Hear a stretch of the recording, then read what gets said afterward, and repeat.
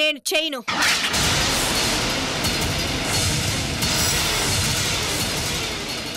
తను నాకు కావాలి. ఎందుకు అవాయిడ్ చేయాలి?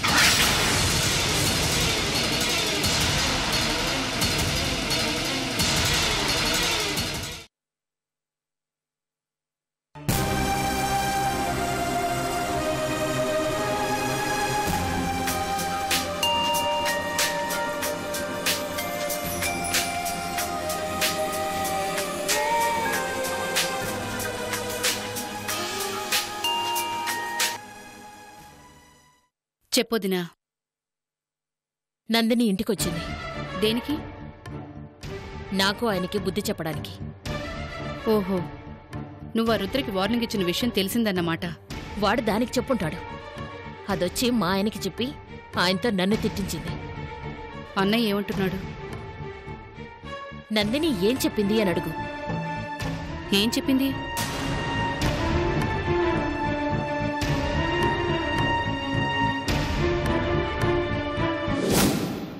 తను నాకు కావాలి. ఎందుకు అవాయిడ్ చేయాలి?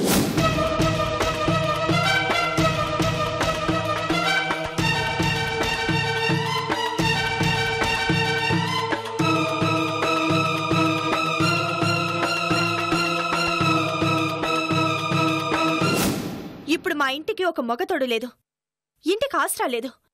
ఇలాంటప్పుడు అతనితో నాకు అవసరం ఉంది.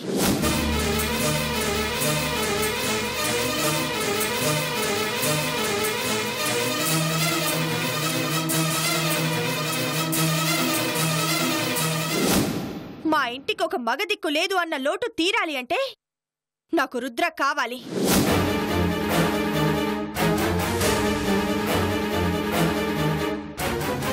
నందిని మన చేయి దాటిపోయింది దేవి. ఆడది అడ్డదారిలో వెళదామనుకోదు.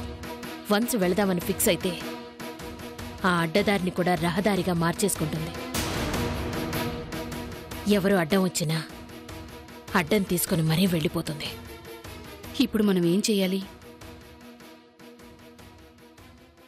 అది వెళ్తున్న అడ్డదారిని రహదారిగా చేయడమే. ఆయన కూడా అదే అన్నారు. ఏమని? వాళ్ళిద్దరికీ పెళ్లి చేయడమే బెటర్ అని.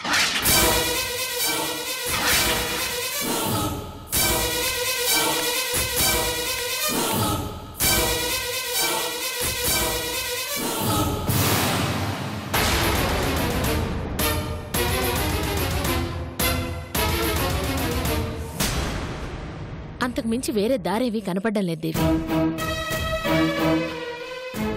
బెదిరిస్తే ఆ రుద్ర మాట వింటాడేమో కాని నందిని వినేలా లేదు. ఆడది కదా, అందులోనూ నందిని కదా. దేవి, దేవి, హలో, వినిపిస్తోందా? వినబడుతోంది. ఏం మాట్లాడవేంటి? మాటలు రాక గొంతుకి కన్నీళ్లు అడ్డం పడ్డాయి. మాట బయటికి రావటం లేదు. నీ బాధ నాకు తెలుసు దేవి, కానీ తప్పదు. ఎలాగూ దానికి మనమే పెళ్లి చేద్దామనుకున్నాం. మనకి శ్రమ లేకుండా తనే మొగుణ్ణి వెతుక్కుంది. నాకు నా బాధని ఎలా బాధపడాలో కూడా అర్థం కావటం లేదు వదినా. నందిని నా కొడుకుని మర్చిపోయి ఇంకొకరిని చేసుకుని సంతోషంగా ఉండాలని కోరుకున్నాను.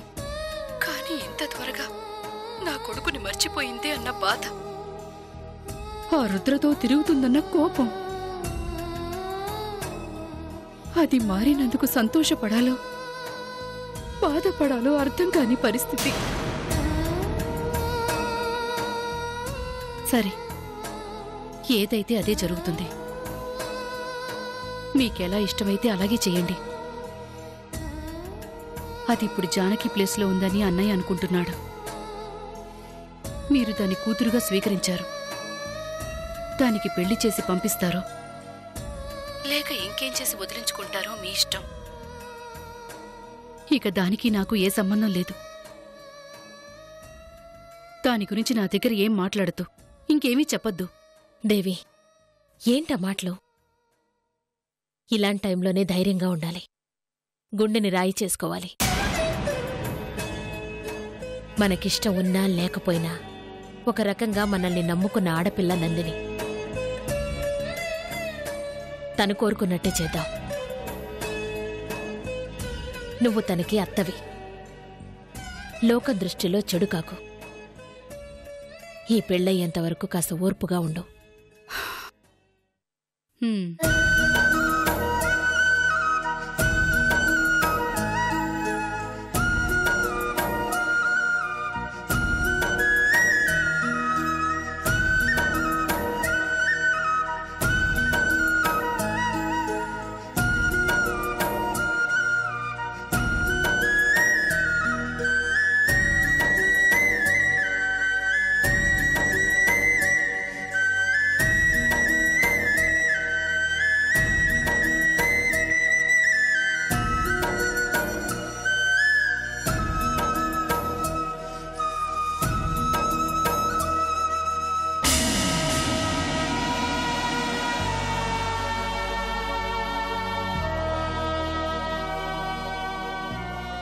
ఏంటి?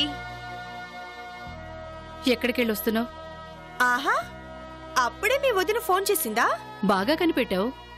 తెలిసిందిగా, మళ్ళీ ఎందుకు అడుగుతున్నావు? వాళ్లతో ఏం చెప్పొచ్చావు? నందిని ఇంటికి వచ్చిందని చెప్పిన వదిన నందిని అక్కడ ఏం మాట్లాడిందని చెప్పలేదా? చెప్పే ఉంటుందిగా. ఆవిడ నీకు ఏం చెప్పిందో నేను అదే మాట్లాడాను. అక్కడేం జరిగిందో ఆవిడ నీకు అదే చెప్పింది. ఇందులో దాపరికాలు ఏవీ లేవు.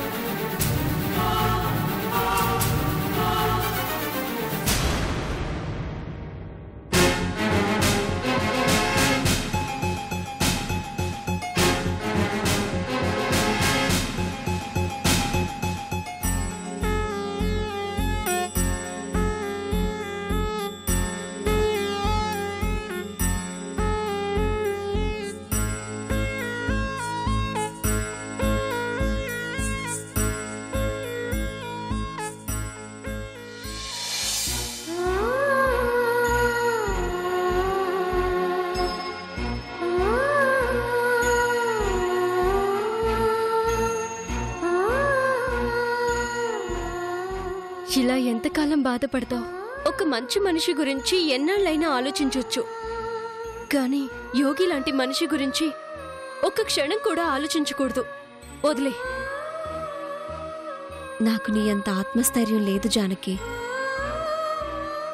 ఎలాంటి ప్రత్యేకత లేని ఒక మామూలు ఆడదాన్ని. కానీ అందరి ఆడవాళ్లలా నా బ్రతుకు మాత్రం లేదు. అదే నా బాధ. అంటే ఇంకింతేనా? మార్పు రాదా? నేనైతే అసలిక్కడి నుంచి వెళ్ళిపోదామనుకున్నాను, కానీ పట్టాభి వెళ్ళనివ్వలేదు. వెళ్ళిపోవాలనుకున్నావా? ఎక్కడికి? ఏమో, ఎక్కడికో. ఇక్కడ మాత్రం ఎందుకు జానకి? బరువే కదా. అన్నయ్య ఏమన్నాడు? బాధ్యత అన్నాడు. చూసావా, నీక్కూడా బరువైపోయిన ఆ బాధ్యత తనకి మాత్రం ఇంకా తేలిగ్గానే ఉంది. భరిస్తాను అంటున్నాడు. అది మీ ఆయన. నిన్ను చూస్తుంటే జాలేస్తుంది వైశాలి. ఒక్కసారి ఆలోచించు. నీ జీవితంలో ఆ యోగి అనే మనిషి లేకపోతే పట్టాభితో నీ జీవితం చాలా అద్భుతంగా ఉండేది కదా.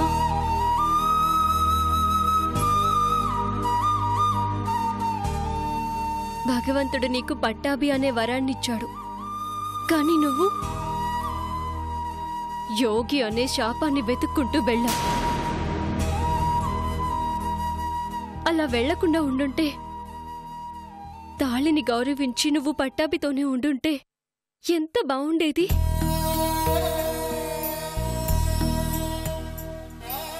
అందమైన జీవితాన్ని నువ్వే వదులుకున్నావు, కానీ ఆ జీవితం ఇంకా నిన్ను వదలలేదు. అందుకే నువ్వింకా పట్టాభి దగ్గరే ఉన్నావు. ఇప్పటికైనా మించిపోయిందేమీ లేదు వైశాలి.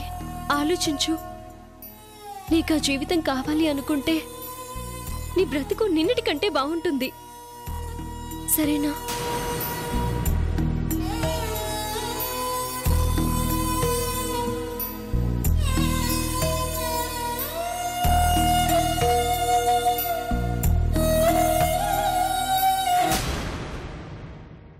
ఏంటి, ఒప్పుకోలేకపోతున్నావా? నేను చెప్తున్నది ఎవరో బయట వాళ్ళ గురించి కాదు, పట్టాభి గురించి. నీ మెడలో తాళి కట్టిన నీ భర్త గురించి.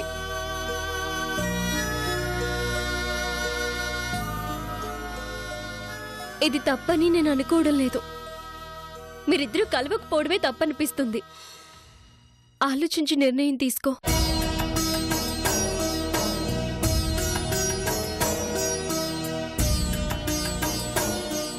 సర్లే, నువ్వెళ్ళు. ఆలోచిస్తాను అని ఒక్క మాట చెప్పు. జానకి, సలహాలు చెప్పటానికి బాగానే ఉంటాయి, అనుభవిస్తేనే తెలుస్తాయి బాధలు.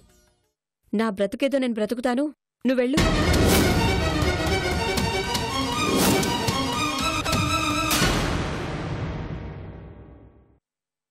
వైశాలి, జానకి, నువ్వేమనుకోనంటే ఒక మాట చెప్పనా? నేనిలా ఉంటే బావుంటుంది, అలా ఉంటే బావుంటుంది అని ఇన్ని మాటలు చెప్తున్నావే, నువ్వెలా ఉన్నావు? నేనేదో వరాన్ని వదులుకొని శాపంతో బ్రతుకుతున్నానంటున్నావే, నువ్వు చేస్తున్నదేంటి? విజయ్ వరం కాదా? నీ జీవితం నీ దగ్గర లేదా? నువ్వు కరెక్ట్గా ఉన్నావా? నేను వరాన్ని వదిలేసి శాపాన్ని వరం అనుకున్నాను, అది నా తప్పు. కాని నీకు విజయ్ వరం అని తెలుసు, ఆ వరం నిన్ను కావాలనుకుంటుందనే తెలుసు, కాని నిర్లక్ష్యం చేస్తున్నావు.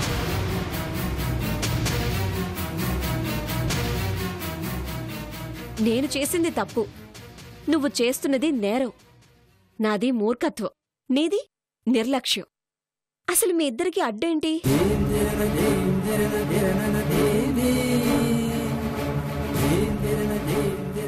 నందిని ఇప్పుడు లేదు కదా, ఎందుకు విజయ్ని అవాయిడ్ చేస్తున్నావు? ముందు మీరిద్దరూ బాగుండి ఆ తర్వాత మాకు చెప్పండి.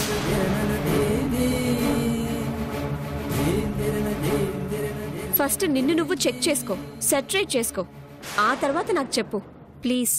ఇలా అంటున్నానని మాత్రం తప్పుగా అనుకోద్దు. నా బాధలో నేనున్నాను, హర్ట్ చేసుంటే మాత్రం సారీ.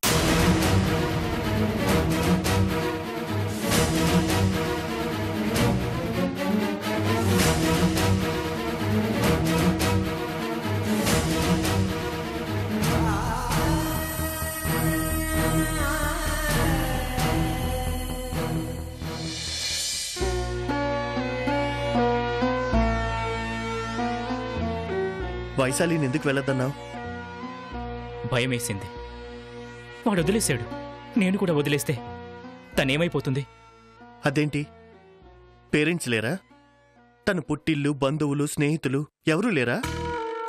ఉంటే ఏ రోజైతే తను గర్భసంచి పోగొట్టుకుని హాస్పిటల్లో దిక్కులేని దాంట్లో పడుందో ఆ రోజే వాళ్ళు వచ్చేవాళ్ళు, ఆదరించేవాళ్ళు, ఓదార్చేవాళ్ళు. ఏ రోజు యోగి గురించి తెలిసిందో ఆ రోజే అందరూ దూరం అయిపోయారు. తప్పు చేసిందని తన మీద, సపోర్ట్ చేశానని నా మీద కోపంతో, ద్వేషంతో వదిలేశారు. ఒక రకంగా తనకిప్పుడు ఏ బంధం లేదు, నా బంధం తప్ప. నీ బంధం పేరేంటి?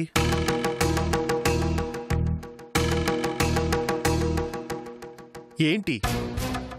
ప్రతి రిలేషన్కి ఒక పేరుంటుంది. జానకి నా భార్య, నేను జానకి భర్త. అలాగే నీకు తనేమవుతుంది, తనకి నువ్వేమవుతావు? తెలియదు. ఇది ఆన్సర్ కాదు పట్టాభి. ఇప్పుడు నువ్వు అన్నావే తనకి పేరెంట్సు, బంధువులు అంతా దూరం అయ్యారు అని, అది ఎవరి వల్ల? నీ వల్ల. నా వల్ల? ఎస్. ఒక్కసారి ఆలోచించి చూడు. వైశాలి యోగిని ప్రేమించింది, నిన్ను పెళ్లి చేసుకుంది. సొసైటీలో చాలామంది ఆ పని చేస్తారు. నీతో కాంప్రమైజ్ కాలేక, నిన్ను భర్తగా అంగీకరించలేక ప్రేమించిన యోగిని వెతుక్కుంటూ అతనితో వెళ్ళిపోయింది. నువ్వు నీ భార్యను వెతుక్కుంటూ వెళ్ళావు. ఇది సొసైటీలో చాలామంది చేస్తారు. నువ్వు దొరికిన అమ్మాయిని చంప చెల్లుమనిపించి తిరిగి కాపురానికి తీసుకురాలేదు. తీసుకెళ్లిన వాడిని పోలీసులకు అప్పగించి కేసు పెట్టలేదు. ఇది సొసైటీలో చాలా మంది చేస్తారు. కానీ వాళ్ళిద్దరిని తీసుకొచ్చి దగ్గరుండి కాపురం చేయించావు. ఇది ప్రపంచంలో ఎవ్వరూ చేయరు. నువ్వు చేశావు. అదే వాళ్ళిద్దరూ దొరకగానే వాళ్ళ మీద నువ్వు యాక్షన్ తీసుకుని ఉండుంటే వాళ్ళకి వాళ్ళ పేరెంట్స్ దూరం అయ్యేవారే కాదు. అయ్యో పాపం నా బిడ్డ అని దగ్గరికి వచ్చేవారు. నువ్వు యాక్షన్ తీసుకోలేదు కాబట్టి వాళ్ళు యాక్షన్ తీసుకొని దూరం అయ్యారు. అయితే తప్పు నాదేనంటావా? ముమ్మాటికి.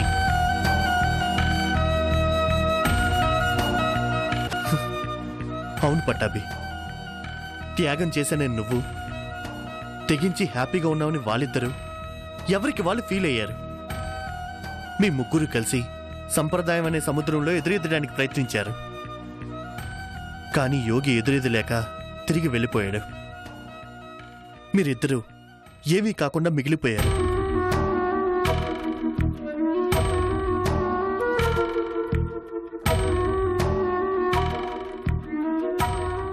ఇప్పుడేం చేయమంటావు?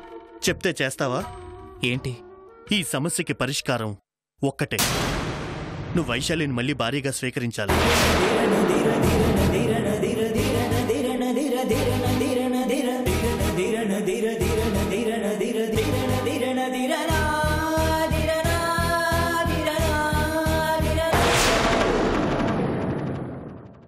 విజయ్, ఏంటి నువ్వు మాట్లాడేది? పోనీ వేరే సొల్యూషన్ ఏమనుంటే చెప్పు, వింటాను. లేదుగా? ఆ అమ్మాయి బయటికి వెళ్ళడం నీకిష్టం లేదు. నిజమే. వెళ్తే ఏమైపోతుందో. వెళ్ళడానికి కూడా ఏ దారి లేదు. ఉన్నది నువ్వే. తనతో ఏ బంధంతో ఉంటావు? నువ్వు భార్య లేకుండా, తను భర్త లేకుండా ఒంటరిగా మీరిద్దరూ ఒకరికొకరు తోడుగా ఉంటారా? ఏం బంధం ఇది? నా మాట విను పట్టాభి. తనని మళ్ళీ నీ లైఫ్లోకి తీసుకో. నువ్వు తప్ప తన్నెవరూ యాక్సెప్ట్ చేయరు, అర్థం చేసుకోరు.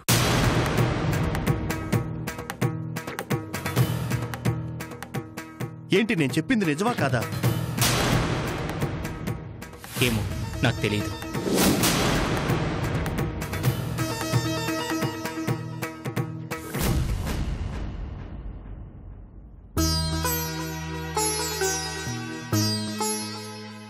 ఎందుకు అలా ఎస్కేప్ అవుతావు? నువ్వు చేసింది తప్పని ఒప్పుకోవచ్చు కదా. ఒకసారి వాళ్ళిద్దరిని యాక్సెప్ట్ చేసి తప్పు చేశావు. ఇప్పుడు వైశాలిని యాక్సెప్ట్ చేయకుండా తప్పు చేస్తున్నావు.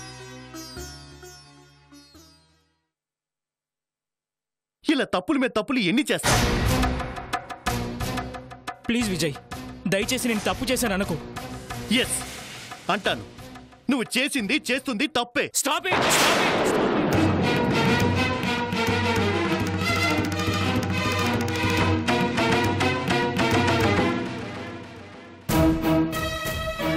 నేనే తప్పు చేయలేదు. యోగి చేసింది తప్పు. వాడు చేసింది కరెక్ట్ అని నేను అనడం లేదే. నువ్వు చేసింది తప్పు అంటున్నాను, అంతే. ఏంటి తప్పు? తప్పుల గురించి నువ్వు నాకు చెప్తున్నావా? అసలు నువ్వేం చేస్తున్నావు? ముందు నీ భార్యతో నువ్వు భర్తలా నడుచుకో, తర్వాత నాకు చెప్తూ. మీరిద్దరూ కరెక్ట్గా ఉన్నారా? నా తప్పుల గురించి, మా ఇద్దరి మధ్య రిలేషన్ గురించి పక్కన పెట్టు. నీకు జానకి మధ్య ఉన్న రిలేషన్ ఏంటి? మీరిద్దరూ భార్య భర్తలను ఇందాక గొప్పగా చెప్పావే, మీరిద్దరి మధ్య కమ్యూనికేషన్ అలాగే ఉందా?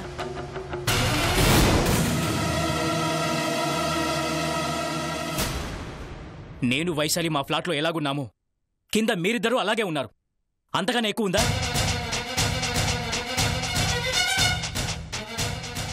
మాకంటే ప్రాబ్లమ్స్ ఉన్నాయి, మీకేంటి ప్రాబ్లం? ఉన్న నందినిని లేదని క్రియేట్ చేసి ఉన్న ప్రాబ్లంని నువ్వే సాల్వ్ చేసుకున్నావు. జానక్ కూడా నమ్మేసిందిగా. ఇంకేంటి ప్రాబ్లం? మీరిద్దరే. మీ ఇద్దరి మధ్య ఇంకెవరు లేరుగా. ఫస్ట్ నీ భార్య నిన్ను యాక్సెప్ట్ చేసేలా చేసుకొని మీరిద్దరూ కలిసి తర్వాత ఎదురు వాళ్ళ గురించి మాట్లాడు. భార్యాభర్తలంటే చెప్పుకొని బతకడం కాదు, కలిసి బతకడం కూడా కాదు, కలిసిపోవటం. ముందు మీరు కలిసి ఆ తర్వాత మమ్మల్ని కలవమని చెప్పు. ఫస్ట్ ఆ పంచేయి, ఆ తర్వాత నా తప్పు గురించి మాట్లాడదు.